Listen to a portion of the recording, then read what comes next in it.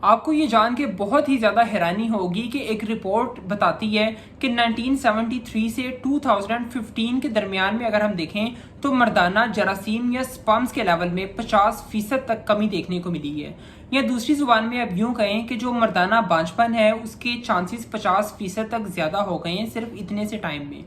अब इसके पीछे वजूहात क्या हैं? यकीनन इसके पीछे जो वजह है वो हमारे लाइफस्टाइल के अंदर कोई ना कोई चेंजेस हो सकते हैं या हमारी खुराक की वजह हो सकती है। आज मैं आपके साथ डिस्कस करूंगा ऐसी 5 बड़ी गलत फहमियाँ जो कि हमारे माशरे में पाई जाती हैं और जिन्हें बिल्कुल भी गलत फहमी नहीं समझा जाता, बल्कि जब आप इन्हें सुनेंगे तो 2-3 इनमें से ऐसी हैं कि जो खुश फहमी के तौर पे कंसीडर की जाती हैं और जिनकी वजह से मर्दाना सेहत बुरी तरह इफेक्टेड हुई है। देखिए, इनमें से जो सबसे बड़ी और पहली गलत फहमी है वो ये तस्वुर की जाती है कि जब भी किसी कपल में बांझपन का मसला होगा तो वो हमेशा औरत की वजह से होगा और मर्द का उस बांझपन के अंदर कोई भी रोल नहीं होता। ये एक सरासर गलत बात है और जो मेडिकल साइंस है इसे बुरी तरह झुठलाती है। देखिए, मेडिकल साइंस इस बात को साबित करती है कि जब भी किसी कपल में बांझपन का मसला होता है या औलाद पैदा नहीं होती तो उसमें 30% हिस्सा ये औरत की तरफ से होता है, 30% केसेस ऐसे होते हैं कि जो मर्द की तरफ से होते हैं और 30% ऐसे केसेस हैं जो कि दोनों की तरफ से होते हैं।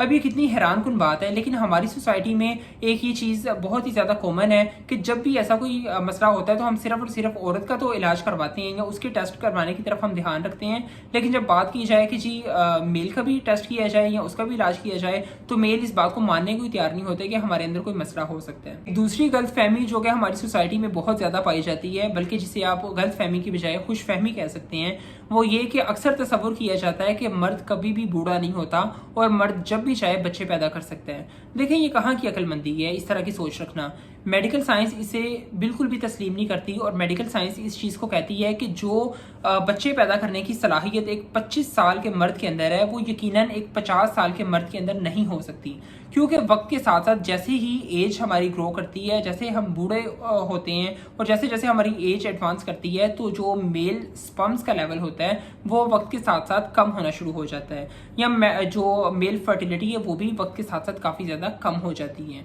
इसलिए ये तसव्वुर रखना कि हम कभी भी बच्चे पैदा कर सकते हैं ये बिल्कुल गलत है।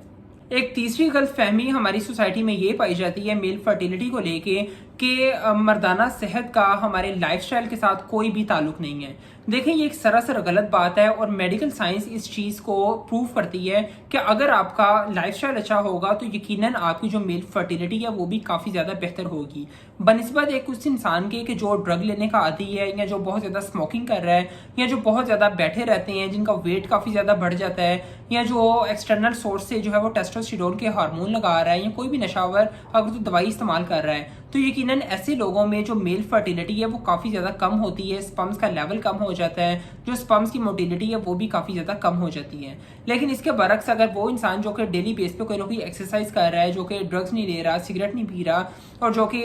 प्रॉपर अपना एक हेल्थी डाइट को फॉलो कर रहा है, तो यकीनन ऐसी सूरत हाल में जो स्पर्म्स है उनका जो नंबर है और जो क्वालिटी है वो काफ़ी ज़्यादा होती है और जो मेल फर्टिलिटी के चांसेस हैं वो भी काफ़ी ज़्यादा हो जाते हैं।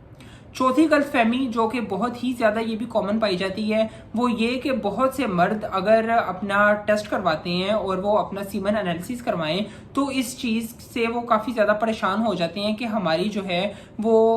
जो रिपोर्ट है वो गलत आई है, उसके अंदर स्पर्म्स का लेवल कम आ गया है या स्पर्म्स की क्वालिटी ठीक नहीं आई, तो अब हम कभी भी बाप नहीं बन सकते। देखें, ये गलत बात है। मेडिकल साइंस इस चीज़ को प्रूव करती है कि बॉडी में स्पर्म्स बनने का और स्पर्म्स के जो है वो बॉडी से निकलने के लिए 72 घंटे का जो वक्त है ये रिक्वायर्ड होता है और 72 घंटों के बाद आपके जिस्म में एक नई फसल स्पर्म्स की तैयार हो जाती है। इसीलिए अगर तो स्पर्म्स के अंदर कोई ख़राबी आए तो वो बहुत ही जल्दी और सिर्फ थोड़े से एहतियातों के साथ और थोड़ी सी अपनी लाइफस्टाइल के अंदर चेंजेस लाते हुए हम काफ़ी ज़्यादा इम्प्रूव कर सकते हैं और दोबारा से वो जो मेल है वो इस काबिल हो जाता है कि वो दोबारा से फर्टाइल कंडीशन की तरफ आ जाए।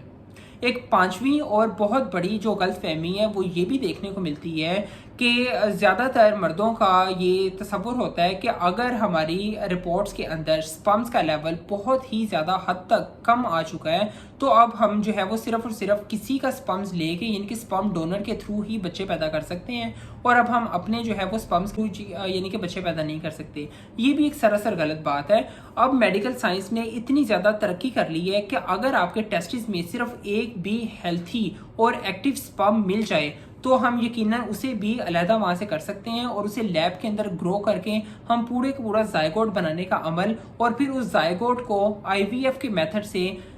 फीमेल बॉडी के अंदर इम्प्लांट किया जा सकता है और आपके स्पर्म से ही आपका बच्चा पैदा किया जा सकता है, अगर तो आपके स्पर्म्स बहुत ज़्यादा कम हो चुके हैं तब भी। देखिए ये जो चीज़ है इन चीज़ों का जानना आपके लिए बहुत ज़्यादा ज़रूरी है। अगर ये 4-5 गलत फहमियाँ हमारे माशरे में ना हों तो यकीनन जो मेल फर्टिलिटी है उसका लेवल हम दोबारा से काफ़ी ज़्यादा इंक्रीज़ कर सकते हैं और जो रोज़ रोज़ के साथ साथ स्पर्म्स के अंदर कमी आ रही है मेल्स के अंदर, ये भी काफ़ी हद तक जो है वो कम की जा सकती है। इस वीडियो को आप दूसरों तक भी लाजमी शेयर कीजिएगा ताकि ज़्यादा से ज़्यादा लोग इससे फ़ायदा उठा सकें। Stay happy, stay healthy.